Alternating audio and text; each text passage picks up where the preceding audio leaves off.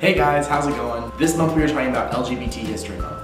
LGBT History Month is the entire month of October, and it is full of events and certain days that have significance within the LGBTQ+ community.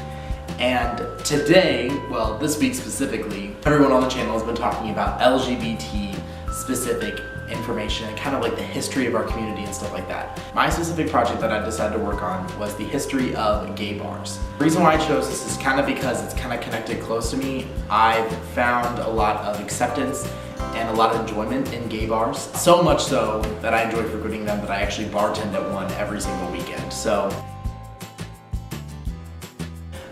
first off, something to really recognize about gay clubs is that there was a lot of different names for them, and a lot of them tended to originate really in the late 17th century to early 18th century. A lot of them were in the European area, and they really started to grow around gay clubs and gay bars.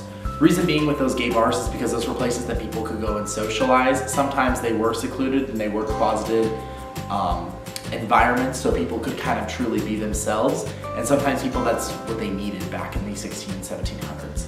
With, however, having those areas that were gay bars, a lot of countries still thought of homosexuality as illegal and as a sin, and it was very much so that if you even were caught in public kissing or in public holding hands with somebody of the opposite sex, you could be arrested and charged.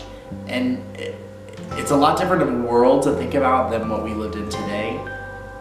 It's funny because if you look at the history of it, before World War II, in Europe, it was very open to be gay and to be part of the LGBTQ+ community, or at least more open than it was like during World War II and then even after years after World War II. It really wasn't until the 1960s that things started going rolling again, which I'll go into that in a second. One of the first official gay bars that was actually ever established was Zanzibar. Zanzibar was located in Cannes, France, which if you guys don't know where that's at, it's like on the southwestern tip of France.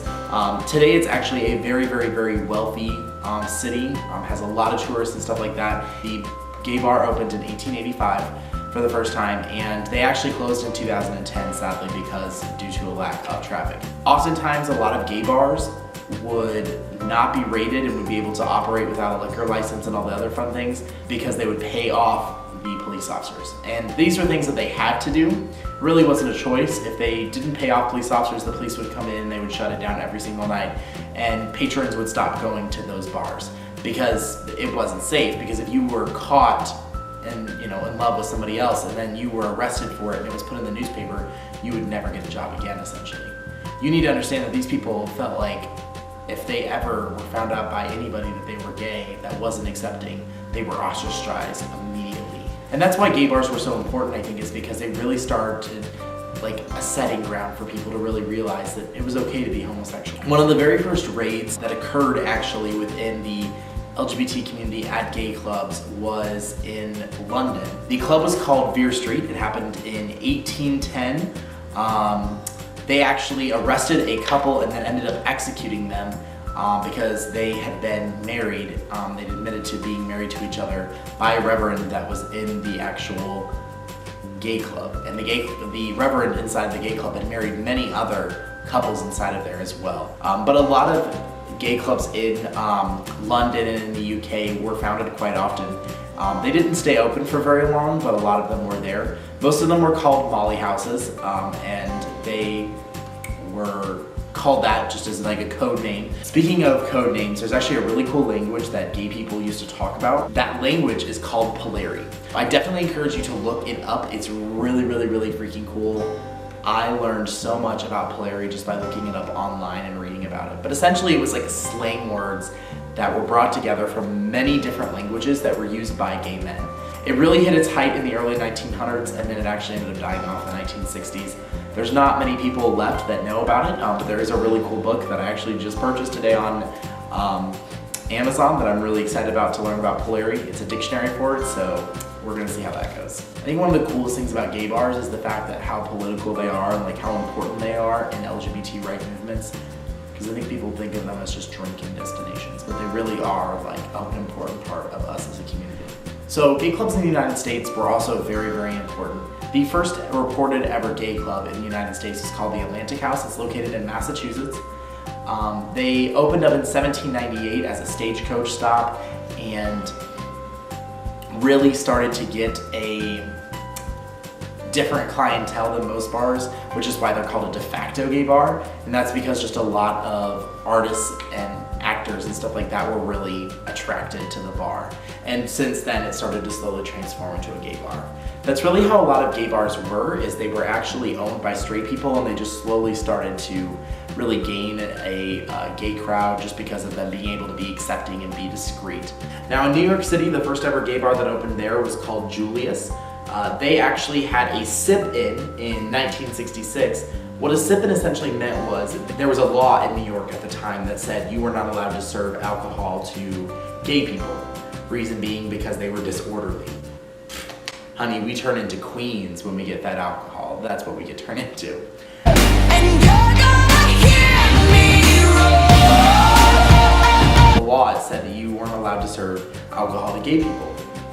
And so they had a sip-in at this gay club, and that was really kind of cool because they were just like protesting the fact that, you know, oh, I'm gay and I'm drinking alcohol, and look at me, I'm able to do whatever the heck I want to, and I'm not being disorderly and everything like that. And then of course another really big moment, probably one of the biggest moments in LGBT history, was the Stonewall riots. The Stonewall riots happened in June of 1969. On June 22nd of 1969, the police decided that they were going to raid a gay bar called Stonewall. Stonewall Inn was located in Greenwich Village in New York, and that was a prominent village where a lot of LGBT people lived and were able to prosper and be themselves. And before, of course, you know, this is 1969, so the police had raided gay bars for years and years and years. And it was something that when the police would come in, they would come in and they would say, okay, all of the men line up here. I'm gonna check your IDs, everything like that. They would take the transgender people and the people who appeared to be dressed up in drag or female clothes to the back to confirm what actual gender they were.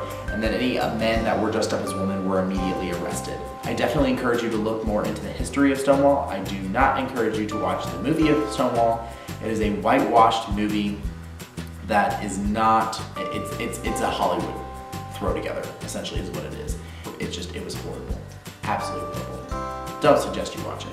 So with that, since then, many gay bars have opened across the country and the world, and gay people have become a lot more accepting. With people becoming more accepting of the LGBTQ community, gay bars have now started to lose their numbers. Now, some people think of them for several different reasons. It's why a lot of gay bars have been closing a lot lately, especially within the past 10 to 15 years. Mostly because people think that gay people are going online, and that's true completely. Is that gay people are going online to meet other gay people, and they don't have to go to a specific bar to go to that. Also, at the same time too, they don't have to go to a specific bar. We've been integrated into the world so much that we've been able to be who we want to be wherever we want to be. I definitely encourage you to go and check out your local gay club. I'm kind of biased because I work at one and I've had a lot of really good experiences at them, but I also definitely encourage you to do it because it's really important to kind of keep that history alive and keep those businesses alive, because a lot of those businesses are owned by people that are gay now, and a lot of those businesses have been around for a very long time. So make sure down in the comments you comment your favorite gay club that you've ever been to. Thank you guys very much for watching. Make sure you give it a thumbs up if you enjoyed this little history lesson. And as always, have a gay day and see you next Tuesday. Hey.